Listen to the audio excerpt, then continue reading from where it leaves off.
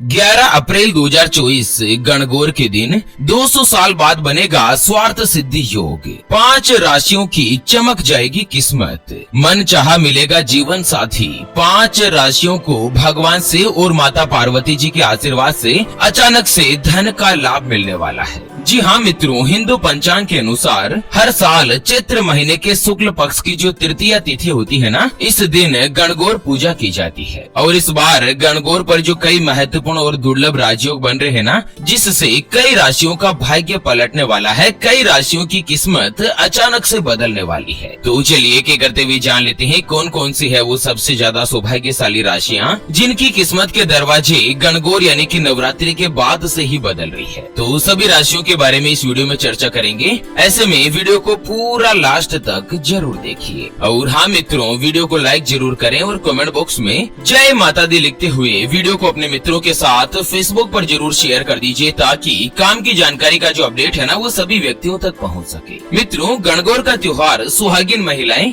अपने पति की लंबी उम्र और परिवार के कल्याण के लिए व्रत रखती है। गणगौर के दिन देवों के देव महादेव और माता पार्वती जी की पूजा की जाती है। तो वहीं जो भी कुंवारी कन्याएं होती है वो अच्छे वर को, अच्छे पति को प्राप्त करने के लिए भी गणगौर का व्रत करती है। इस बार गणगौर के दिन नवरात्रि में कई ऐसे दिव्य और दुर्लभ महायोग बन रहे हैं। सबसे पहला योग बन रहा है स्वार्थ सिद्धि योग, दूसरा गज केसरी और लक्ष्मी नारायण नव पंचम राजयोग बनने से गणगौर का जो महत्व है वो कई गुना तक बढ़ चुका है। चलिए एक एक करते हुए जान लेते हैं। गणगौर के बाद सबसे पहली जो भाग्यशाली राशि बनेगी वो आती है मकर राशि, जिनके नाम का पहला अक्षर भो, जा, जी, खी, खू, खे, खो, गा और गी से शुरू होता है, उनकी मकर राशि होती है। मकर राशि वाले लोगों के लिए नवरात्रि की तृतीया तिथि यानी कि गणगौर के दिन जो 3 महत्वपूर्ण राजयोग बन रहे हैं ना, यह आप लोगों के लिए बहुत ही अच्छा और लाभकारी साबित हो सकता है। एक तो नवरात्रि के बाद आपको अचानक से धन का लाभ मिलेगा, साथ ही आपकी पर्सनालिटी, आपके व्यक्तित्व में भी निखार रहेगा। आपकी जो आर्थिक स्थिति है वो मजबूत होगी। अगर आपने कोई भी कर्ज ले रखा है, अगर कर्ज से परेशान है, चाहे बैंक का लोन हो या अपनों से, रिश्तेदारों से, जान पहचान वालों से कोई भी पैसा अगर आपने उधार ले रखा है ना, तो उसे भी आप चुका पाएंगे। साथ ही नवरात्रि के बाद अगले 6 महीनों में आप कोई भी बड़ी या प्रॉपर्टी भी खरीद सकते हैं। आपके काम कारोबार के संबंध में यात्राएं होगी जो कि आपके लिए बहुत ही अच्छी और शुभ साबित रहेगी। आपकी इनकम में बढ़ोतरी देखने को मिलेगी। माता पार्वती जी के आशीर्वाद से जो भी कुंवारी कन्याएं हैं जिनकी मकर राशि है, साल 2024 में ही आपका विवाह का योग बनेगा। और साथ ही जो शादीशुदा है, विवाहित है, उनकी मैरिड लाइफ में भी आपसे संबंध जो है वो मधुर बनेंगे। मकर राशि में भगवान शनिदेव की 7.5 चल रही है। 7.5 की वजह से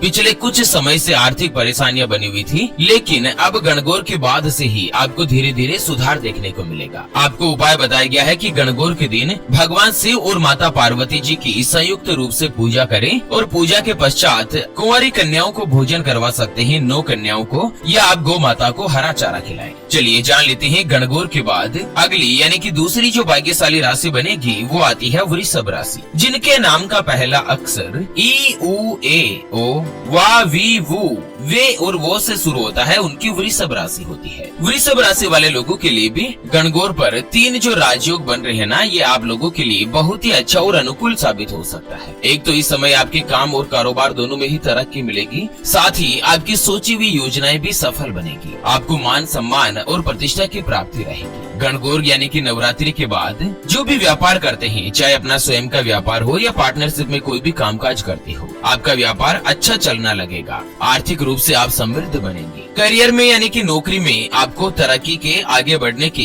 कई अच्छे और सुनहरे अवसर मिलेंगे। आप अपने दोस्तों के साथ लंबी दूरी की यात्राओं पर भी जा सकते हैं। भाग्य का साथ मिलने से धन बढ़ोतरी होने के कई मौके आएंगे और आपका बैंक बैलेंस भी बढ़ेगा। जो लोग बेरोजगार है, लंबे समय से किसी अच्छी नौकरी की या रोजगार की तलाश कर रहे थे ना, उनकी तलाश पूर्ण हो सकती है। नौकरी के नए नए अवसर आपको मिल सकते हैं। परिवार के लोगों के साथ आपके संबंध अच्छे और मधुर बनेंगे। साथ ही नवरात्रि में जो सस राजयोग और रवि योग बनने से धन संबंधी अगर कोई भी परेशानी है तो वो दूर होगी, और लंबे समय से अगर आपका कोई भी अटका हुआ या रुका हुआ कार्य है ना, तो वो भी पूर्ण हो सकता है। जीवन साथी के साथ अगर अनबन चल रही थी तो वो अब दूर हो जाएगी और आपके आपसी रिश्तों में प्रेम और विश्वास बना रहेगा। आप लोगों को उपाय बताया गया है कि आर्थिक रूप से अगर कोई भी कष्ट है, दिक्कत है, बाधाएं हैं, उनसे अगर आप छुटकारा पाना चाहते हैं ना, तो गणगौर के दिन आपके आसपास अगर कोई भी किन्नर है तो उसे उपहार स्वरूप आप कोई भी वस्तु दे सकते हैं, जैसे कि आप उसको चप्पल दिला दी, घड़ी दिला दी, या आप कोई भी कपड़े दिला दिए, या इतनी बड़ी राशि आप खर्च नहीं कर सकते हैं तो कम से कम 10 रुपए 5 रुपए की ही दक्षिणा जरूर दें। कुल मिलाकर गणगौर के दिन अगर आप किन्नर का आशीर्वाद लेते हैं ना,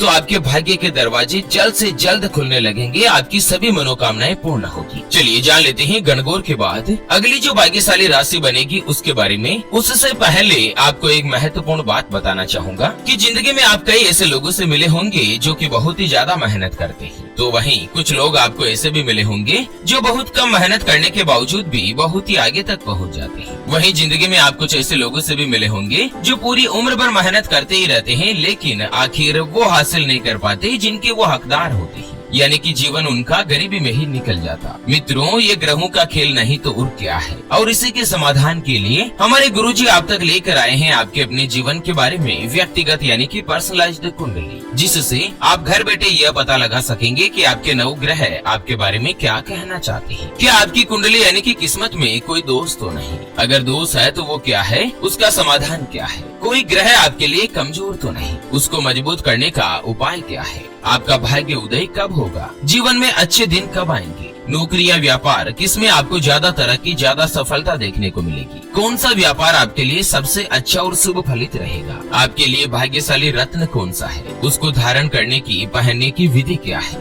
सरकारी नौकरी का योग है या नहीं? कुंडली में कितने राजयोग बनते हैं? आपका स्वयं का मकान कब बनेगा? उसके बारे में कंप्लीट जानकारी हम आपको कुंडली रिपोर्ट में बताने जा रहे हैं, जिसको अभी जो आप ये स्क्रीन पर नंबर देख पा रहे हैं ना, उस पर व्हाट्सएप पर संपर्क करके आप हमारे गुरुजी से बात कर सकते हैं, और 251 रुपए की छोटी सी नामात्र की फीस में आप अपने संपूर्ण जीवन की महाजन्म कुंडली के बारे में जान सकते हैं। अगर आपकी कोई भी समस्या है जिसका समाधान आप कुंडली बनवाकर जानना चाहते हैं, जैसे कि व्यापार में आपको लगातार नुकसान हो रहा है, घर में धन की कमी बनी रहती है, या आपके ऊपर कर्ज हो चुका है जिसको आप चुका नहीं पा रहे हैं, आपके बनते बनते काम लगातार बिगड़ जाते हैं, अटक जाते हैं, पति पत्नी के बीच आपस में बनती नहीं है, घर परिवार में लड़ाई झगड़ा या गृह कलेश बना रहता है, आपको संतान का सुख नहीं मिल रहा है, बच्चों का पढ़ाई में मन नहीं लगता, बच्चे लगातार सरकारी नौकरी या किसी अच्छी जॉब की नौकरी की तलाश कर रहे लेकिन उनको सफलता नहीं मिल रही है, या लड़का लड़की का विवाह होने जा रहा है, संबंध होने जा रहा है, चाहे लव मैरिज हो या अरेंज मैरिज हो। विवाह से पहले आप दोनों का कुंडली मिलान करवाना चाहते हैं, अष्टकूट रीति से गुण मिलान करवाना चाहते हैं। अगर कुछ भी समस्या है तो स्क्रीन पर दिए गए नंबर पर व्हाट्सएप पर संपर्क करके आप हमारे गुरुजी से बात कर सकते हैं, और 251 रुपए की छोटी सी नामात्र की फीस में आप अपने संपूर्ण जीवन की महाजन्म कुंडली के बारे में जान सकते हैं। चलिए बात कर लेते हैं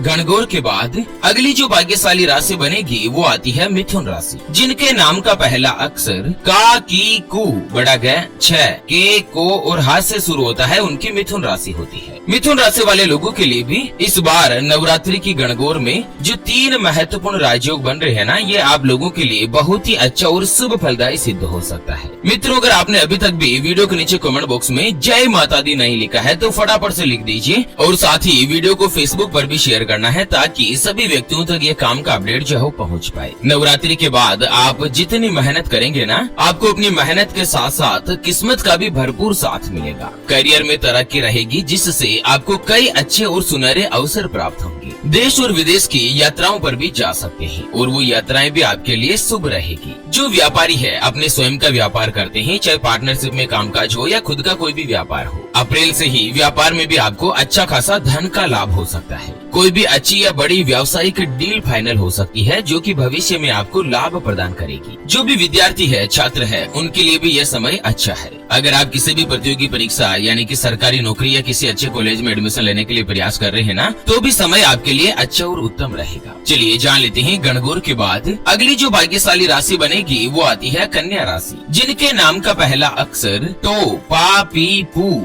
श, न, ठ, पे और पो से शुरू होता है, उनकी कन्या राशि होती है। कन्या राशि वाले लोगों के लिए भी गणगौर का त्योहार बहुत ही अच्छा और लाभकारी सिद्ध हो सकता है। एक तो 11 अप्रैल के बाद सूर्य देव आपकी राशि के 7वें घर में गोचर कर रहे हैं, और साथ ही आपकी राशि के स्वामी बुध देव के मित्र भी है। ऐसे में जो भी शादीशुदा है, उनका वैवाहिक जीवन खुशनुमा रहेगा। जीवन साथी के साथ आपका तालमेल अच्छा और मधुर बनेगा, और करियर में भी तरक्की के आपको कई सुनहरे अवसर प्राप्त होंगे। दोस्तों के साथ आप लंबी दूरी की यात्राओं पर जा सकते हैं। और जो भी कन्या राशि वाले कुंवारे हैं, चाहे लड़का हो या लड़की हो, स्पेशली जो महिलाएं हैं, लड़कियां हैं ना, उनको 1-2 महीने में ही रिश्ते का प्रस्ताव मिल सकता है और कहीं पर भी नवरात्रि के बाद आपका रिश्ता भी फाइनल होगा। अच्छा, जो पार्टनरशिप में काम करते हैं ना, उन लोगों को व्यापार में भी तरक्की मिलेगी और आप अपने व्यापार का विस्तार भी कर पाएंगे। लंबे समय से आपके जो भी रुके हुए कार्य है वो पूर्ण होंगे। आर्थिक रूप से आपको धन का लाभ मिलेगा। चलिए अंत में जान लेते हैं गणगौर पर्व की पूजा की विधि के बारे में। मित्रों, गणगौर भगवान शिव और देवी गौरी यानी कि माता पार्वती जी की मिट्टी की मूर्ति बनाकर उनको सुंदर वस्त्र पहनाएं। फिर देवी पार्वती जी को सुहाग की सामग्री और श्रृंगार की वस्तुएं अर्पित करें। भगवान शिव और गौरी चंदन को चंदन, अक्षत, रोली, कुमकुम आदि लगाएं। उसके बाद धूप, दीप, फल, मिठाई आदि का भोग लगाएं। भगवान शिव को दूर्वा अर्पित करें। उसके बाद आपको एक थाली में चांदी का सिक्का, सुपारी, पान, दूध, दही, गंगा जल, हल्दी, कुमकुम, दूर्वा डालकर सुहाग जल तैयार करें और उसके बाद सुहाग जल को भगवान शिव और देवी माता गौरी पर छींटे लगाएं और इसके बाद भगवान शिव, शंकर और माता गौरी का ध्यान करते हुए सुहाग जल को अपने ऊपर छिड़काव करें और उसके बाद आप गणगौर की कथा भी सुन सकते हैं। गणगौर के दिन दान पुण्य जरूर करें, जैसे गौ माता को हरा चारा खिलाएं और कुंवारी कन्याओं को भोजन कराएं। इससे शक्ति स्वरूपा माता पार्वती जी और माता दुर्गा के साथ ही धन की देवी माता लक्ष्मी जी का आशीर्वाद मिलेगा। तो चलिए इसी के साथ गणगौर से जुड़े इस अपडेट वीडियो को फिलहाल के लिए यहीं पर देते हैं विराम। फिर से होंगे हाजिर एक और नई और काम की जानकारी के साथ। तब तक के लिए ओम नमः शिवाय। जय श्री कृष्णा, जय श्री राधे।